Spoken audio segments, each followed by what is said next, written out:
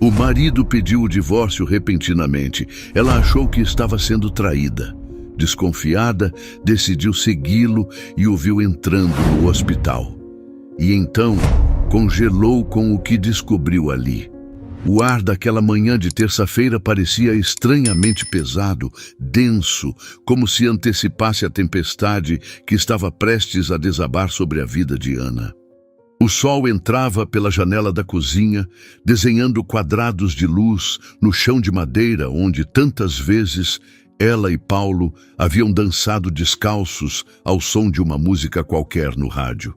Eram esses pequenos momentos que construíam a fortaleza do seu casamento, uma união que Ana considerava inabalável, sólida como as velhas árvores da praça central daquela cidadezinha onde todos se conheciam.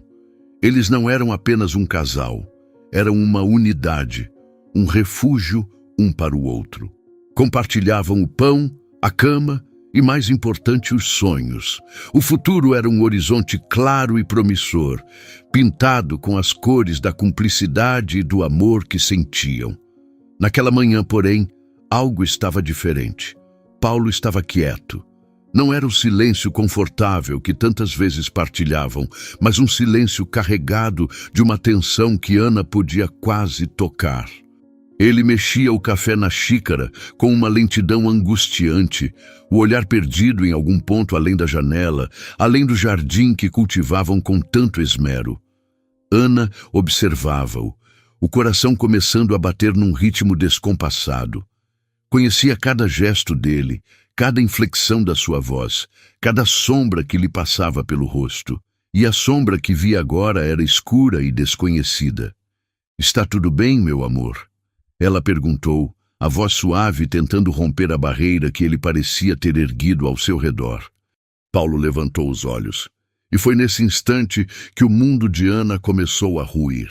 O brilho que sempre existiu no olhar dele, aquele brilho que era só dela, havia se apagado. Em seu lugar, havia um vazio, uma dor tão profunda que a assustou. Ele abriu a boca para falar, mas as palavras pareceram presas na garganta. Engoliu em seco, respirou fundo e, finalmente, a sentença que a quebraria em 1000 pedaços foi proferida, com a voz baixa, quase um sussurro. "Ana, eu quero o divórcio." A colher que Ana segurava caiu sobre a mesa com um ruído metálico que ecoou no silêncio mortal que se instalou. Divórcio. A palavra pairou no ar, absurda, irreal. Parecia pertencer a outro idioma, a outra vida, não a deles. Um riso nervoso e incrédulo escapou dos lábios de Ana. "Isso é algum tipo de brincadeira, Paulo? Porque se for, não tem a menor graça." Mas o rosto dele permanecia uma máscara de seriedade e sofrimento. "Não é uma brincadeira, Ana. Eu não posso mais continuar." "Não pode mais continuar? O que isso quer dizer?" A voz dela subiu uma oitava, a confusão dando lugar a um pânico crescente. "Nós estamos bem.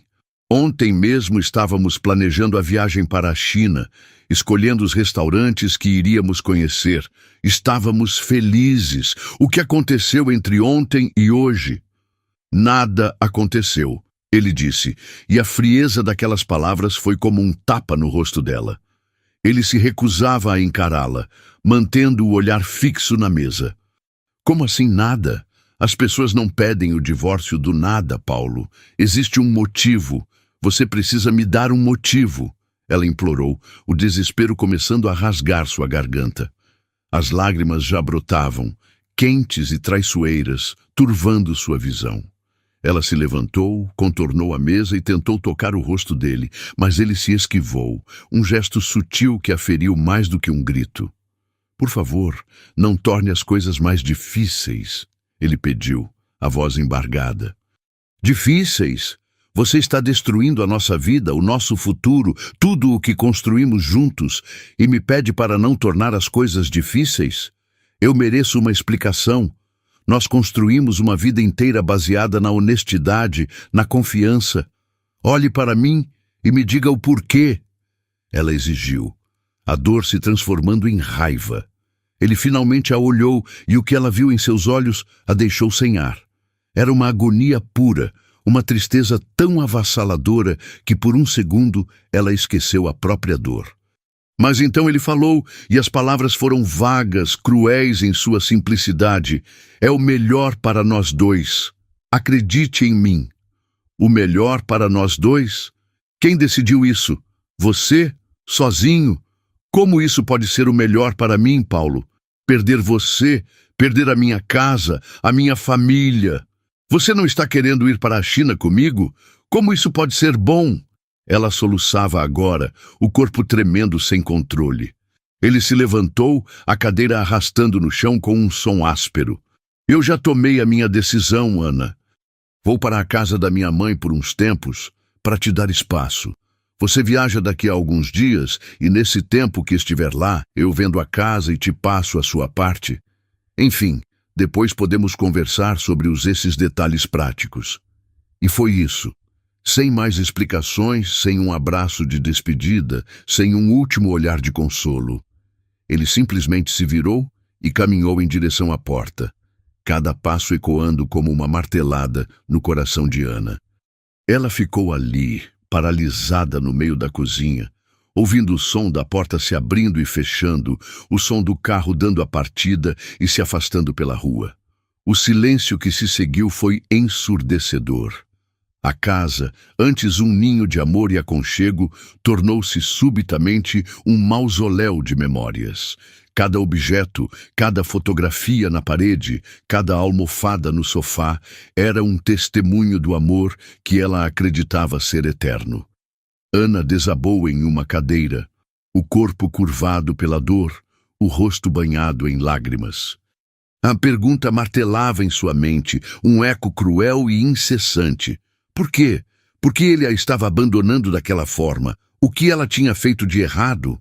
A mente dela corria, repassando os últimos dias, as últimas semanas, em busca de um sinal, uma pista que tivesse deixado escapar. Mas não encontrava nada, apenas a imagem de um marido amoroso, de um companheiro presente, que da noite para o dia se transformara em um estranho que lhe pedia o divórcio, dizendo que era o melhor para os dois. Enquanto a dor a consumia, uma semente escura e amarga começava a brotar em seu coração devastado. A suspeita. Se o amor não havia acabado, então só poderia haver uma outra explicação. E essa explicação tinha nome, rosto e, muito provavelmente, era o verdadeiro motivo pelo qual seu mundo acabara de ser virado de cabeça para baixo. A noite foi um borrão de insônia e lágrimas silenciosas. Ana vagou pela casa como um fantasma, tocando os objetos que antes representavam segurança e agora pareciam zombar dela. O lado de Paulo na cama estava frio, intocado, e o cheiro dele nos travesseiros era uma tortura. Cada canto da casa gritava a ausência dele, uma ausência que se tornava mais dolorosa e inexplicável a cada hora que passava.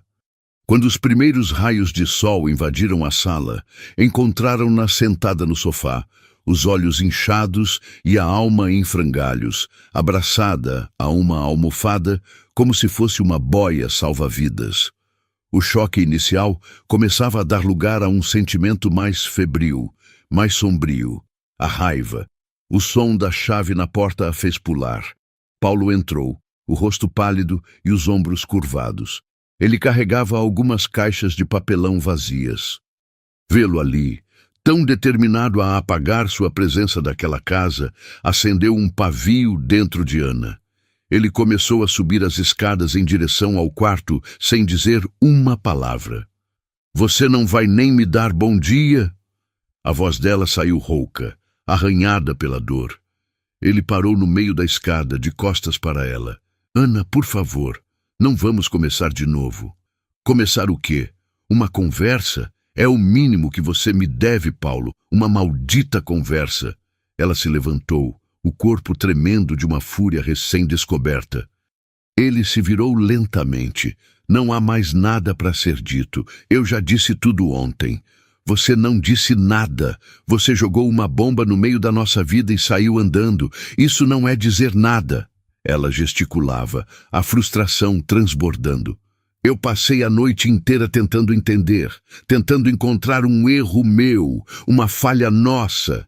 E sabe a que conclusão eu cheguei? Não há falha, há uma mentira. Há outra pessoa, não é? A acusação ficou suspensa no ar. Paulo apenas a encarou, a mandíbula tensa, mas permaneceu em silêncio. E aquele silêncio foi a confirmação mais alta que Ana poderia ter recebido. Um som de escárnio escapou de seus lábios. Claro, o silêncio. É sempre mais fácil, não é? Não ter que admitir a covardia, a traição. Ele subiu o resto dos degraus, ignorando-a. O som de gavetas se abrindo e fechando no andar de cima era como uma faca sendo torcida na ferida de Ana. Incapaz de suportar ficar na mesma casa que ele, ela pegou o telefone e saiu para o jardim, discando o número de sua melhor amiga, Clara. «Clara!» «Sou eu», disse Ana, a voz embargando assim que ouviu o alô preocupado da amiga. «Ele está aqui, arrumando as malas para ir embora, e ele não me diz o porquê. Calma, Ana, respira. O que aconteceu?» A voz de Clara era um bálsamo. «Ele quer o divórcio, Clara, do nada, e agora eu sei por quê. É outra mulher». As palavras saíram com um gosto amargo. «Ele está lá em cima, empacotando a vida dele, como se nossos anos juntos não fossem nada. O mais doentio é o cinismo dele. Até poucos dias atrás, ele me olhava com tanto amor, fazia planos. Como alguém pode ser tão falso? Como ele pode ser tão frio agora, depois de tudo?» Enquanto desabafava com a amiga, a dor de Ana se cristalizava em uma resolução gélida. A tristeza ainda estava lá, um oceano profundo sob a superfície, mas agora era a raiva que a impulsionava. Depois de desligar, ela voltou para dentro. Paulo descia as escadas carregando 2 malas. Ele as colocou perto da porta e finalmente a encarou. «Eu já estou de saída», ele disse a voz baixa e controlada. «É só isso? Você vai embora e pronto?» Ela o confrontou, bloqueando o caminho. «Ana, eu já te pedi para não dificultar. Se concentre na sua viagem para a China. É uma oportunidade incrível, você merece. Foque na sua carreira. Vai ser a melhor coisa para você agora. Esqueça isso». A menção à viagem, o sonho que eles haviam planejado juntos, foi a gota d'água. «Esquecer? Você quer que eu esqueça que o meu marido está me trocando por outra e finja que está tudo bem? Eu não vou a lugar nenhum em paz até saber a verdade. Eu quero ver quem é ela, Paulo. Eu preciso olhar no rosto da mulher pela qual você jogou nosso casamento no lixo.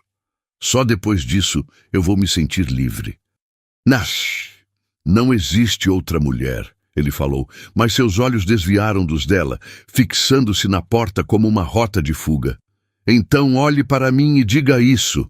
Olhe nos meus olhos e jure que não há ninguém». Ela desafiou, a voz subindo. Ele não conseguiu. Apenas balançou a cabeça, um gesto de derrota ou talvez de impaciência. «Eu tenho que ir». Ele a contornou, pegou as malas e abriu a porta.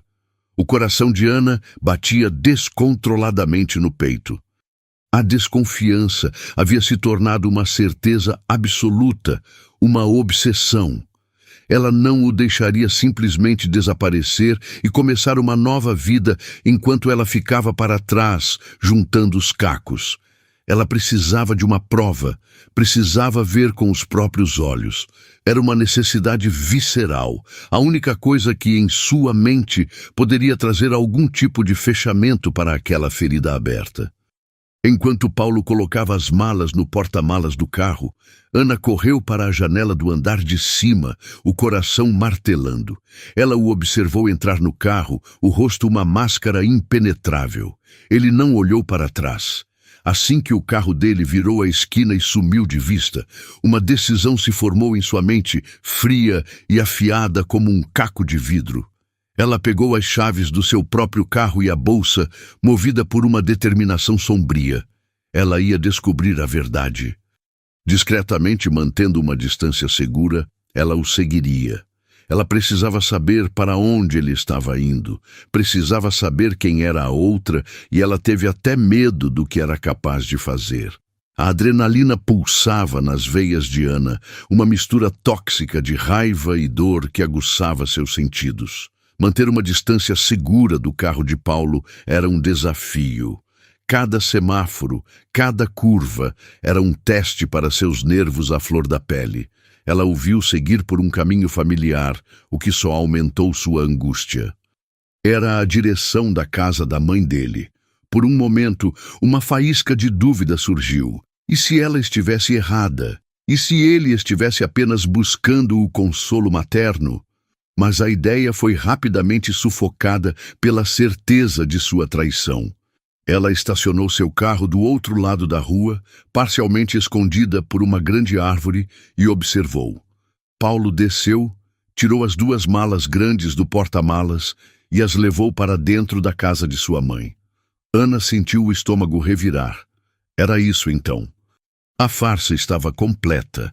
Ele estava se instalando lá, criando um álibi perfeito.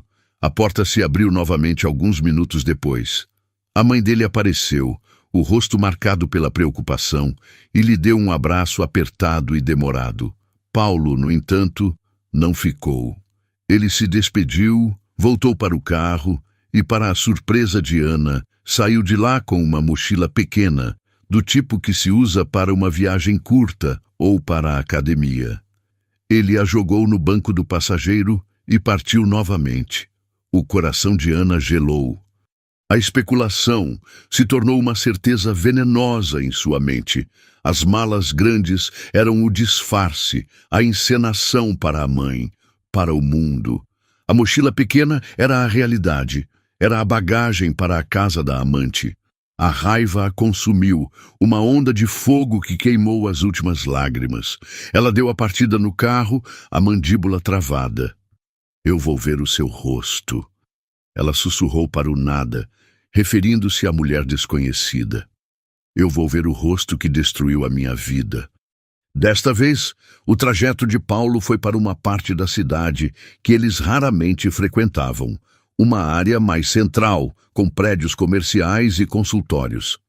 Ana o seguia, o peito apertado, esperando que ele parasse em frente a um prédio residencial, a um hotel discreto. Em vez disso, para sua total confusão, ele sinalizou e entrou no estacionamento do maior hospital da região.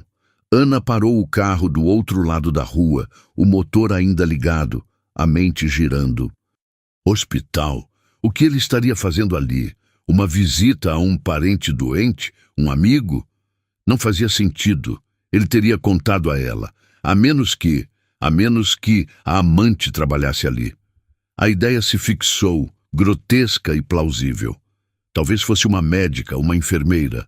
A audácia daquilo a deixou sem fôlego.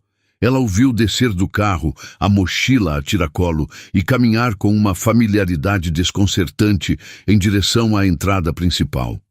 Movida por um impulso que não conseguia controlar, Ana desligou o carro e o seguiu, mantendo-se nas sombras, o coração batendo contra as costelas como um pássaro aprisionado.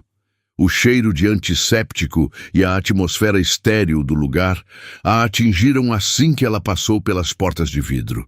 Ela o viu atravessar o saguão principal e virar em um corredor menos movimentado, em direção a uma ala com uma placa que dizia Centro de Oncologia e Hematologia. O nome da ala a fez parar. Oncologia. Câncer. A palavra ecoou em sua mente, mas não se conectou com a realidade. Era um erro. Ele devia estar indo visitar alguém. Ela continuou a segui-lo, mais hesitante agora. No final do corredor, uma enfermeira mais velha, de cabelos grisalhos presos em um coque e um sorriso cansado, mas gentil, esperava por ele. Assim que o viu, o sorriso dela se alargou. Paulo, querido, estava te esperando, ela disse, a voz maternal. E então, Ana viu algo que a fez congelar. Paulo, seu Paulo, que horas antes a tratara com uma frieza cortante, desabou nos braços daquela enfermeira. Ele a abraçou com a força de um homem que busca um porto seguro, o rosto escondido no ombro dela. Não era o abraço de amantes. Era o abraço de alguém que busca alívio, de alguém que carrega um fardo pesado demais. A cena era tão íntima, tão carregada de uma dor silenciosa, que Ana se sentiu uma intrusa, uma profanadora de um momento sagrado e terrível. Com as pernas trêmulas, ela recuou, voltando para o saguão principal antes que a vissem. A imagem do abraço não saía de sua cabeça. A suspeita de traição se dissolvia, substituída por um medo frio e paralisante. Ela se aproximou do balcão de informações, a boca seca. "Com licença", disse ela à recepcionista, tentando manter a voz firme. Eu estou procurando por um paciente, Paulo Andrade." A recepcionista digitou o nome no computador. "O senhor Andrade está internado, senhora. Ele tem uma sessão de tratamento agendada para hoje no Centro de Hematologia. O horário de visita é às 15 horas. Tratamento." A palavra a atingiu com a força de um soco. Tratamento. Oncologia. Hematologia. As peças do quebra-cabeça começaram a se encaixar, formando uma imagem monstruosa. Uma verdade 1000 vezes pior do que a traição que ela havia imaginado. Por que ele não contou a ela? A pergunta a assombrava, enquanto ela voltava para o carro, o corpo funcionando no piloto automático. Por que ele escolheria passar por isso sozinho? Ela não foi para casa. Dirigiu sem rumo por horas, a mente um turbilhão de confusão, medo e uma culpa avassaladora por suas suspeitas. Mais tarde, sabendo o horário de visitas, ela retornou ao hospital. Com o coração na mão, ela perguntou pelo quarto dele e foi informada de que ele estava em uma sala de infusão no final do corredor. Ela o encontrou em uma poltrona reclinável, o braço estendido, ligado a uma bolsa de soro que gotejava um líquido transparente em suas veias. Ele parecia mais pálido, mais frágil do que jamais o vira. Estava de olhos fechados, mas os abriu quando ela se aproximou, como se sentisse sua presença. O choque no rosto de Paulo foi imediato, seguido por uma onda de pânico. "Ana, o que você está fazendo aqui?" As lágrimas que ela segurou o dia todo finalmente vieram, silenciosas e quentes. "Eu te segui", ela confessou em um sussurro. "Eu precisava de respostas, Paulo, e agora eu exijo uma. A verdade." Ele fechou os olhos novamente, uma única lágrima escorrendo por sua têmpora. A fachada de força que ele tentara manter desmoronou completamente. Quando ele falou, sua voz era apenas um sopro, quebrada pela exaustão e pela dor. "Eu fui diagnosticado há alguns meses", ele começou, a confissão saindo em uma torrente dolorosa. "No início, o prognóstico era bom, mas piorou. É um estágio avançado, Ana. Não há previsão de cura porque eles não encontram um doador de medula compatível." Ana levou a mão à boca, um soluço escapando. "Eu não podia te contar", ele continuou, o olhar suplicante. "Eu não podia te prender a isso. Você estava tão feliz com a promoção, com a viagem para a China. Você já estava com as passagens compradas. Era a posição que você mais queria na sua carreira. Como eu poderia deixar você jogar tudo isso fora para cuidar de um homem doente? Eu queria que você vivesse, que tivesse o futuro que merece. Eu te amo demais para te arrastar para esse inferno comigo. Pedir o divórcio foi a coisa mais difícil que eu já fiz, mas eu fiz por amor, para te libertar." O mundo de Ana se desfez e se refez naquela sala de hospital, no espaço de uma única confissão. O ar parecia ter sido roubado de seus pulmões, e o som ao redor foi substituído por um zumbido agudo em seus ouvidos. Ali estava ele, seu Paulo, o homem que ela acusava de traição e covardia, revelando um ato de amor tão profundo e equivocado que a partia ao meio. Ele estava tentando protegê-la, empurrando-a para longe não por falta de amor, mas por um excesso dele. Cada palavra fria, cada olhar desviado, cada silêncio que a torturou nas últimas 48 horas Era, na verdade, uma peça de sua armadura, uma tentativa desesperada de poupá-la do sofrimento que o consumia por dentro. A dor no peito de Ana era física, uma pressão esmagadora. As lágrimas que corriam por seu rosto não eram mais de raiva ou confusão, mas de uma tristeza profunda e de um amor redescoberto em sua forma mais crua e dolorosa. Ela se aproximou da poltrona, as pernas fracas, e finalmente tocou seu rosto, a pele fria e úmida. Ele não se esquivou desta vez.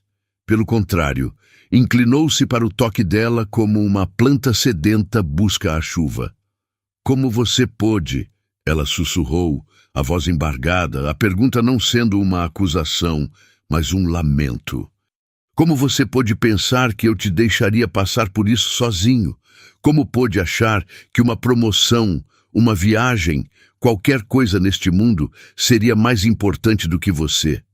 Naquele instante, em meio ao cheiro de hospital e ao gotejar constante do soro, as palavras que eles proferiram um ao outro no altar, anos atrás, ecoaram na mente de Ana com uma clareza avassaladora.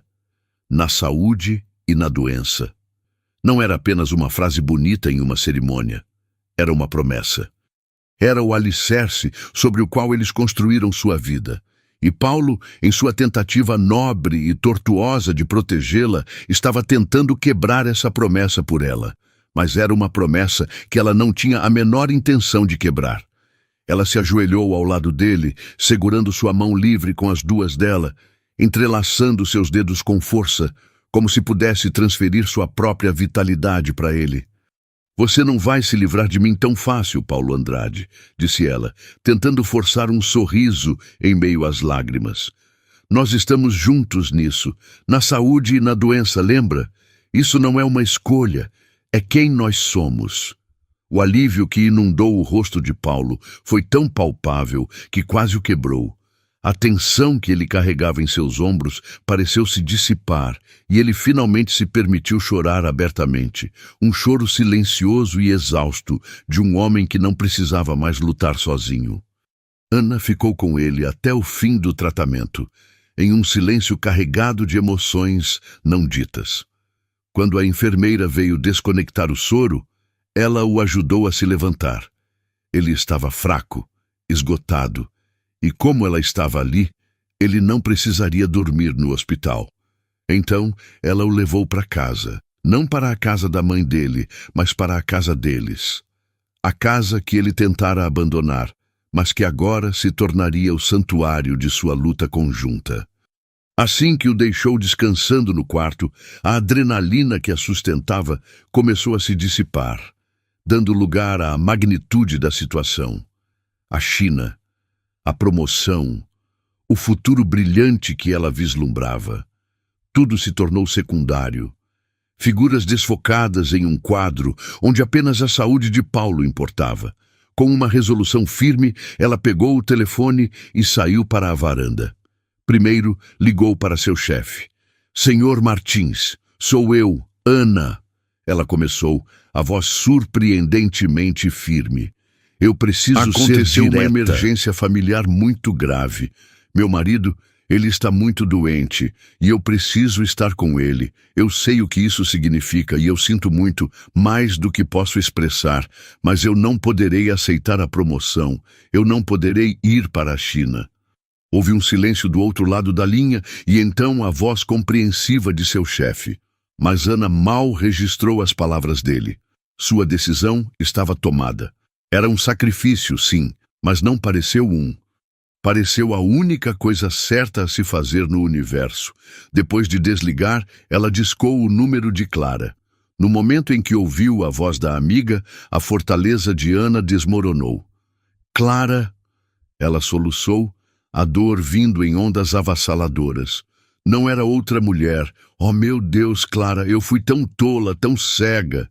"Ana, o que foi? O que aconteceu? Você o encontrou? Por que você está chorando tanto?" A voz de Clara era pura preocupação. "Eu o encontrei no hospital." Ana mal conseguia formar as palavras em meio aos soluços que sacudiam seu corpo. "Ele está doente, Clara. Muito doente. Câncer. E ele não me contou porque não queria estragar a minha vida, a minha carreira. Ele estava me afastando para me proteger e eu o acusei, eu o odiei. Eu pensei o pior. Ela se curvou. A dor da culpa se misturando ao medo pela vida de Paulo. Ele estava planejando morrer sozinho, Clara, para que eu pudesse viver. Que tipo de amor é esse? É tão grande que chega a ser cruel. Eu não sei o que fazer, estou com tanto medo. A imagem dele naquela poltrona tão frágil não sai da minha cabeça. Eu abri mão de tudo, da viagem, do trabalho. Mas nada disso importa. Só ele importa. E se eu o perder? A pergunta ficou suspensa no ar, aterrorizante e real. Naquele momento, sob o céu que começava a escurecer, Ana entendeu que a batalha mais difícil de sua vida não seria no mundo corporativo, mas nos corredores silenciosos de um hospital, lutando não por uma promoção, mas pela promessa de um novo amanhecer ao lado do homem que amava. Os dias que se seguiram à revelação foram um borrão de adaptação e dor. A casa, que antes fora um palco de silêncio e suspeita, transformou-se no quartel-general de uma guerra silenciosa e implacável. A promoção esquecida e a viagem para a China tornaram-se ecos de uma vida passada, uma realidade alternativa que já não pertencia a Ana. Sua nova rotina era ditada por horários de medicação, agendamentos de consultas e os ciclos de quimioterapia que deixavam Paulo exausto, mas que eram, por enquanto, sua única linha de defesa. Ana tornou-se uma especialista da noite para o dia.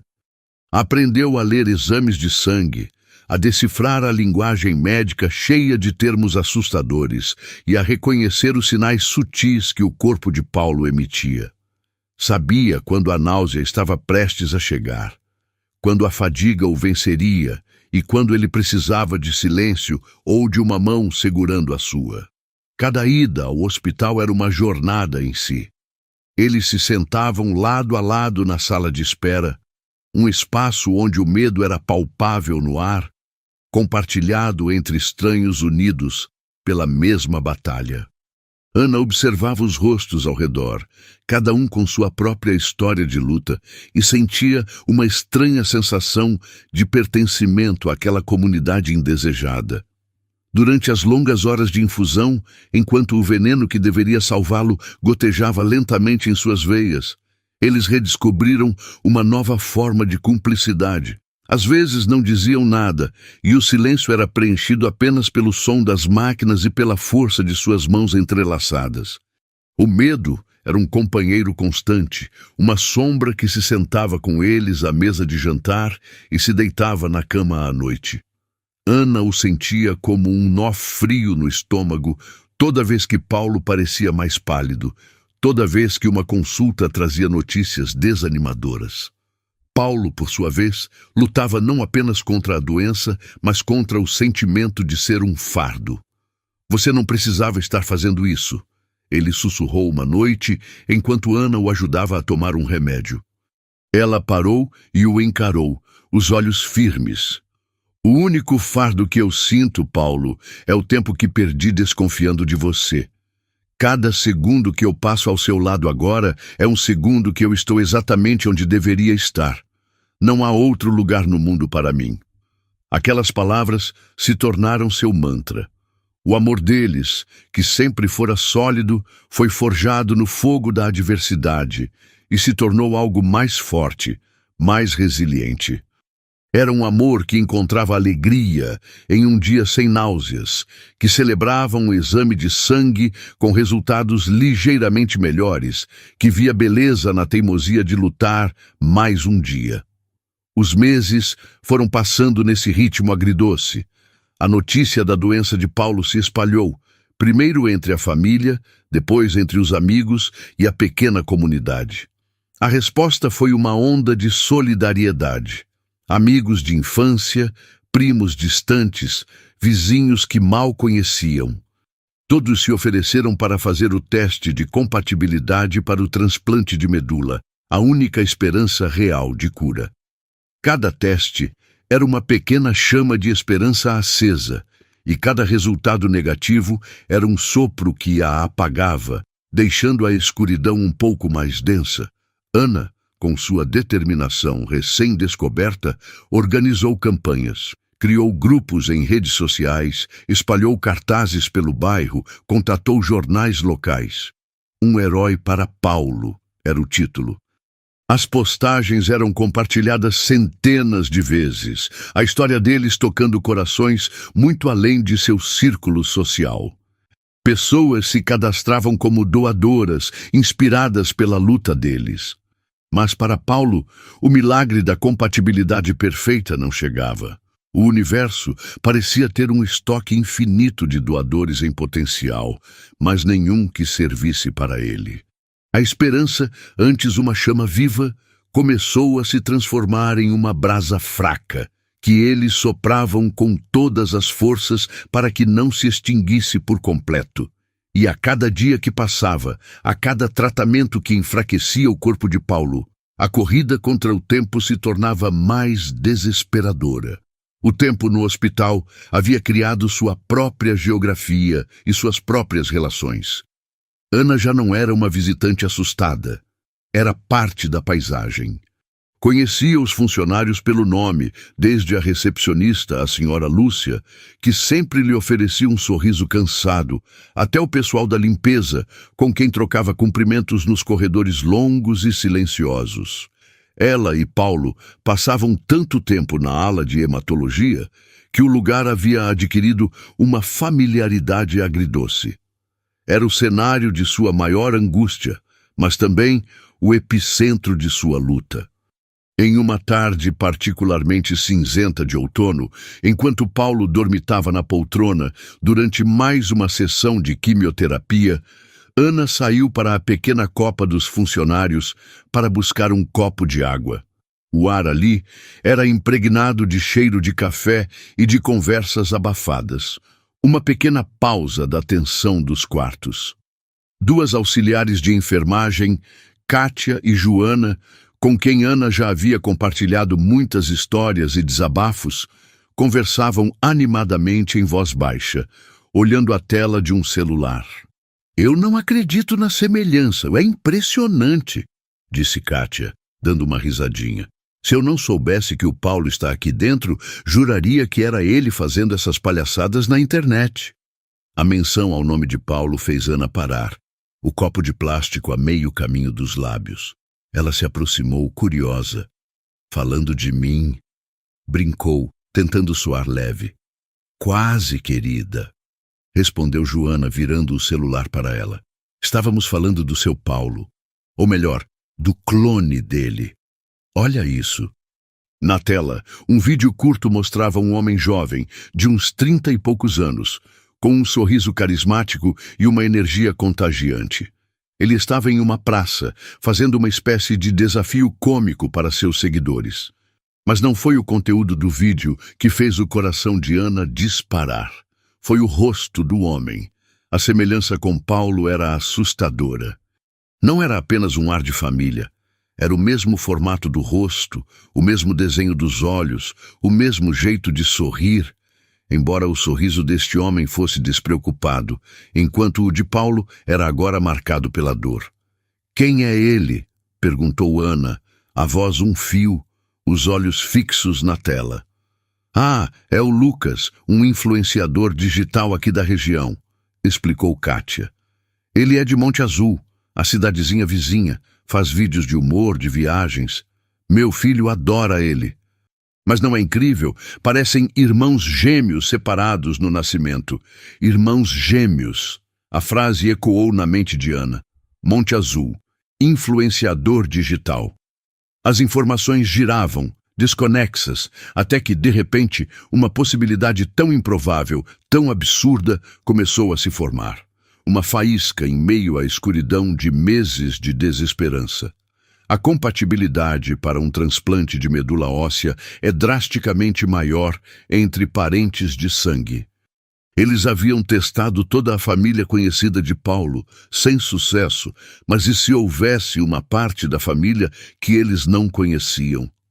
A lógica era tênue, quase delirante, nascida do mais puro desespero, mas era a primeira fagulha de esperança real que ela sentia em muito, muito tempo. A semelhança era grande demais para ser uma simples coincidência do acaso. E se não fosse? E se aquele homem, aquele estranho sorridente na tela de um celular, fosse a resposta para todas as suas preces? O coração de Ana começou a bater com uma força renovada, uma mistura de medo e euforia. A possibilidade de um doador compatível. A chave para a vida de Paulo poderia estar ali, a poucos quilômetros de distância, vivendo uma vida completamente alheia à batalha deles.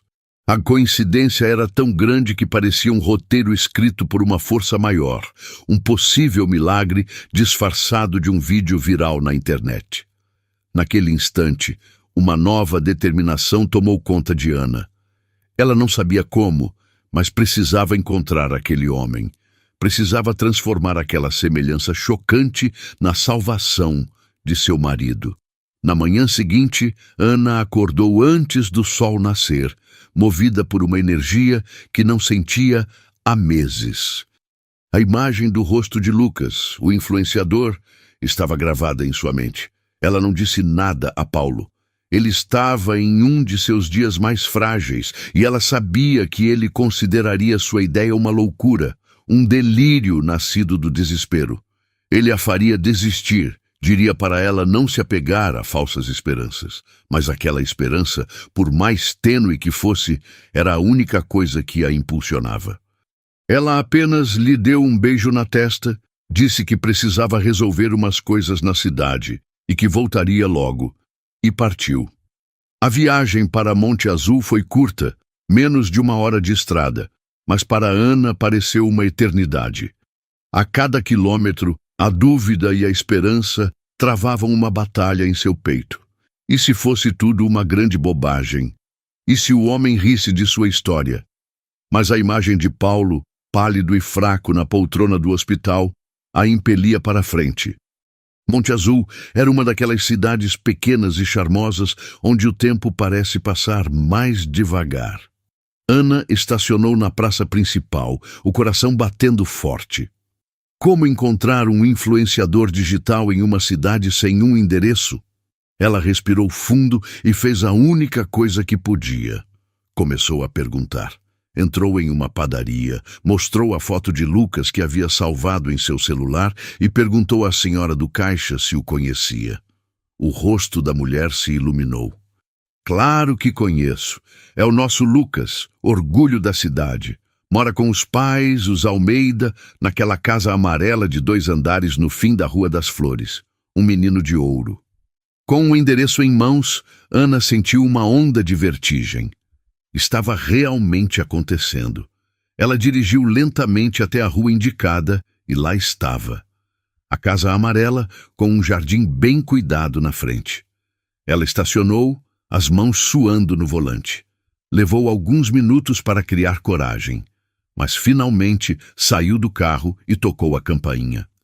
Quem atendeu foi o próprio Lucas. Ao vivo, a semelhança com Paulo era ainda mais avassaladora.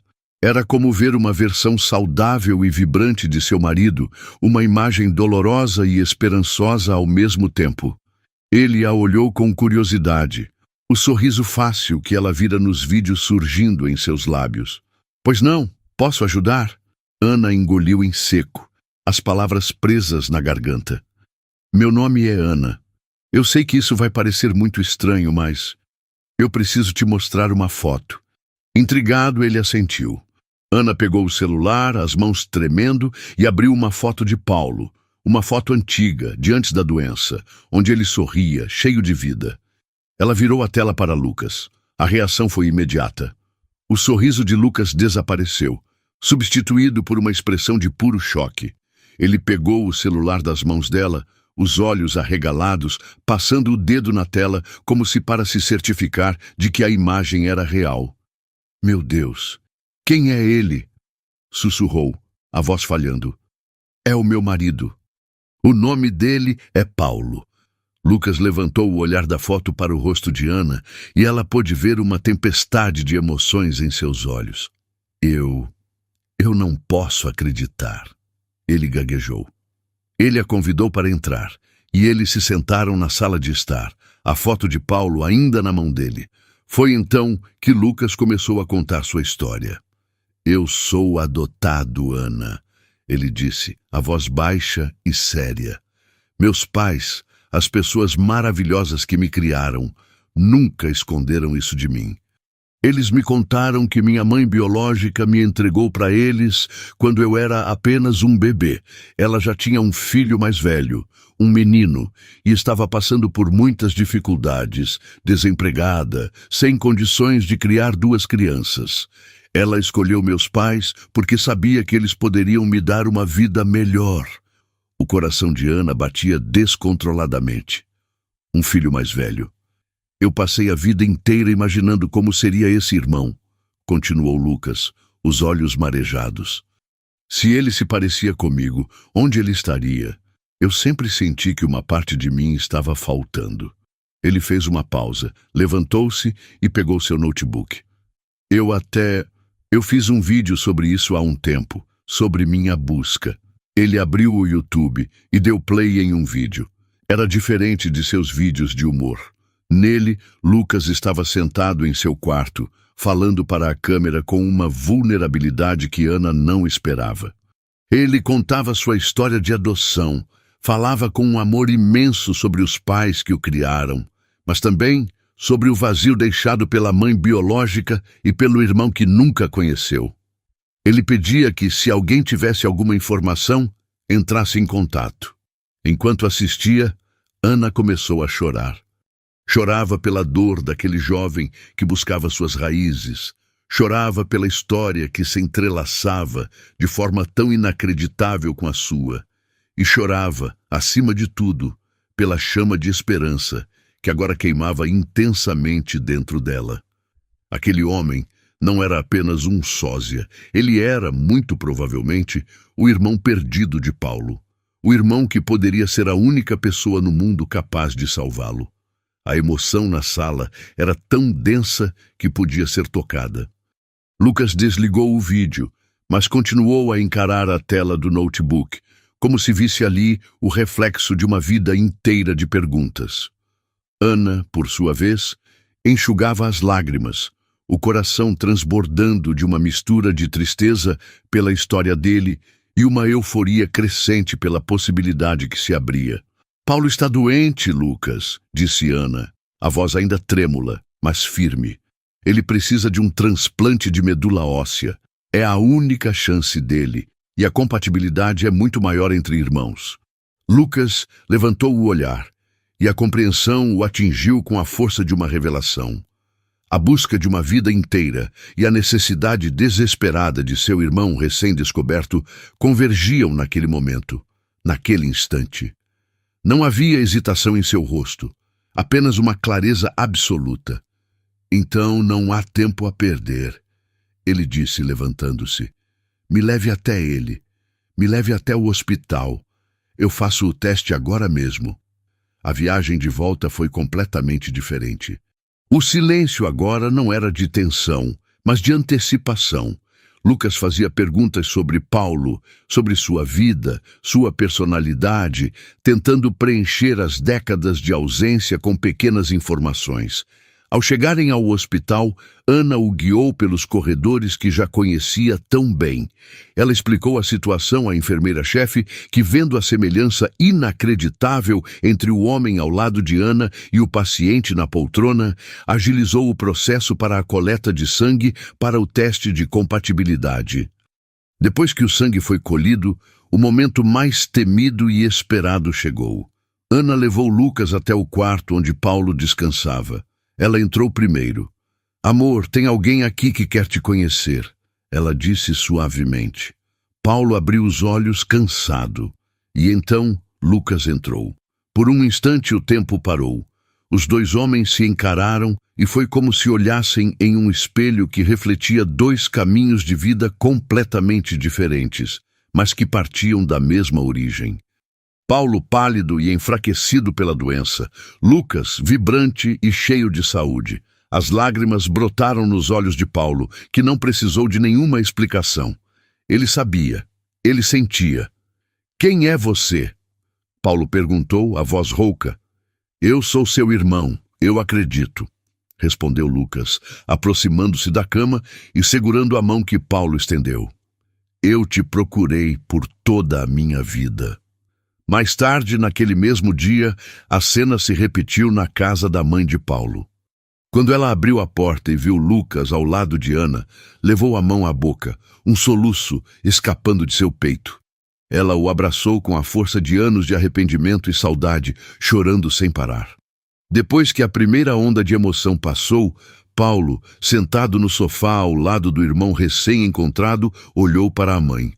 Por que, mãe? Por que a senhora nunca me contou que eu tinha um irmão? A mãe de Paulo, com o rosto banhado em lágrimas, confessou o peso que carregara por décadas. Eu tinha vergonha, meu filho. Vergonha de ter falhado, de não ter tido condições de criar vocês dois. Eu era jovem, seu pai tinha nos deixado. Entregar o Lucas foi a decisão mais difícil da minha vida. Mas eu queria que ele tivesse uma chance de viver. Ele estava doente, fraco, e eu não tinha dinheiro para os remédios. Depois, a vergonha me silenciou. E agora, depois de tantos anos, com você doente, o desespero me consumiu. Eu procurei por ele, Paulo. Juro que procurei. Fiz dezenas de ligações para a cidade onde eu o entreguei. Tentei encontrar a família, mas ninguém sabia de nada. O tempo havia apagado os rastros. Ela se virou para Ana, os olhos cheios de uma gratidão imensa. Eu carreguei essa tristeza e esse peso por tantos anos. E você, Ana, você é um anjo que Deus enviou para a nossa família. Você o encontrou, você nos uniu. Todos se abraçaram, um nó de emoções, lágrimas e alívio, curando feridas antigas e forjando uma nova família naquele instante. No dia seguinte, o telefone de Ana tocou. Era do hospital. Ela atendeu com o coração na boca, Paulo e Lucas ao seu lado, segurando a respiração. Houve uma pausa do outro lado da linha e então a voz da enfermeira, embargada de emoção. Ana, é 100% compatível. Ele é um doador perfeito. Um grito de alegria e choro explodiu na sala. Era real. O milagre pelo qual tanto rezaram havia acontecido. Sem hesitar um segundo, Lucas iniciou os procedimentos para a doação. Fiel à sua natureza, ele decidiu registrar tudo em seu canal. Mas o tom era diferente. Não havia humor, apenas uma sinceridade profunda. Ele filmou a si mesmo nos dias que antecederam o procedimento, explicando a seus milhões de seguidores a incrível história de como encontrou seu irmão e como agora tinha a chance de salvar sua vida. Ele usou sua plataforma para falar sobre a importância da doação de medula óssea, transformando sua jornada pessoal em uma poderosa campanha de conscientização. O vídeo do reencontro e a notícia da compatibilidade viralizaram, e a história daquela família tocou o Brasil inteiro. A jornada deles não era mais apenas deles, era um símbolo de esperança para milhares de pessoas. O dia do transplante foi um marco, um ponto de virada gravado a fogo na história daquela família. Ana e a mãe de Paulo esperaram do lado de fora. As horas se arrastaram, cada minuto uma eternidade. Mas quando o médico finalmente apareceu, o sorriso cansado, porém vitorioso, em seu rosto, disse tudo antes mesmo que as palavras fossem proferidas. O transplante havia sido um sucesso. A recuperação de Paulo foi lenta, mas constante. Dia após dia, a nova medula óssea, o presente de vida de seu irmão, começava a trabalhar, a repovoar seu corpo com células saudáveis. A palidez deu lugar a um tom corado. A fraqueza foi substituída por uma força crescente. Ana e Lucas eram suas sombras constantes. Lucas, com sua energia contagiante, trazia leveza e risadas para o quarto do hospital, contando piadas e lendo os milhares de comentários de apoio que inundavam suas redes sociais. O Brasil, que havia acompanhado a busca e o reencontro, agora torcia fervorosamente pela recuperação de Paulo. Eles não eram mais apenas uma família, eram um símbolo nacional de fé e do poder dos laços humanos.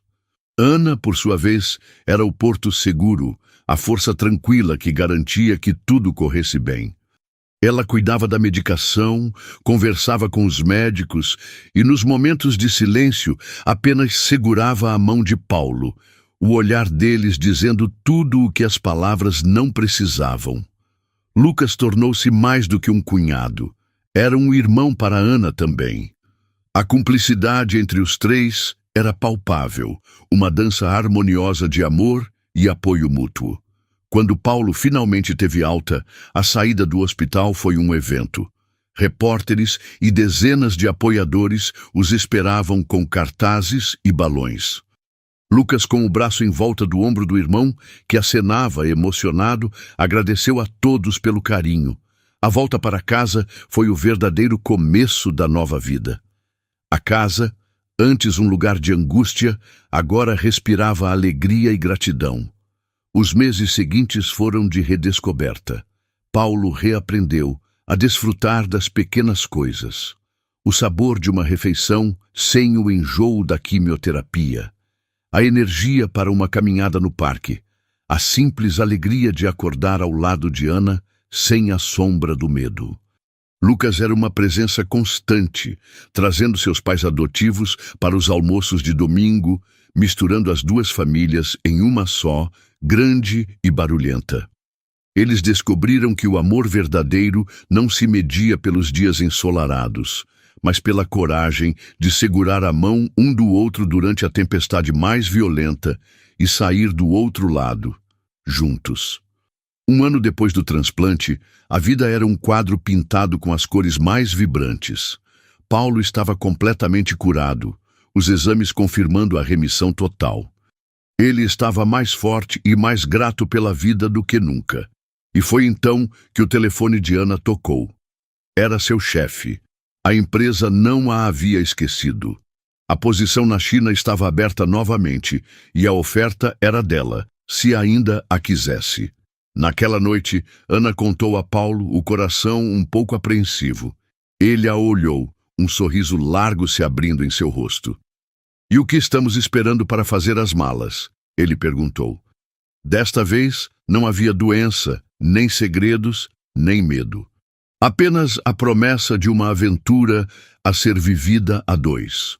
A viagem para a China, que antes representava um sonho interrompido e uma dor profunda, agora era o símbolo de seu recomeço. Enquanto arrumavam as malas, lado a lado, rindo e planejando, eles sabiam que não estavam apenas embarcando em uma viagem de trabalho. Estavam retomando a vida do ponto onde a tempestade os forçara a parar. Mas agora eram diferentes. Eram mais fortes, mais unidos, e com uma família maior e mais barulhenta os esperando na volta. O amor deles havia sido testado no fogo e saído não apenas intacto, mas purificado, provando que as maiores reviravoltas da vida não são as que nos derrubam, mas as que nos ensinam a voar de novo, juntos. E assim, a história de Ana e Paulo nos mostra que mesmo nas noites mais escuras, uma pequena luz de esperança pode mudar tudo. Eles nos ensinaram que o amor verdadeiro não é sobre nunca enfrentar tempestades, mas sobre segurar firme a mão um do outro e atravessá-las juntos, não importa quão forte seja o vento. Se você também se emocionou com essa jornada de amor, sacrifício e o milagre do reencontro, não guarde essa emoção só para você. Deixe seu comentário com uma nota de 0 a 10 e compartilhe este vídeo nos grupos de seus amigos e familiares, para que mais pessoas possam se inspirar com essa prova de que, para o amor e a família, não existe nada impossível. Inscreva-se no canal para continuar apoiando nosso trabalho. Um abraço e até a próxima história.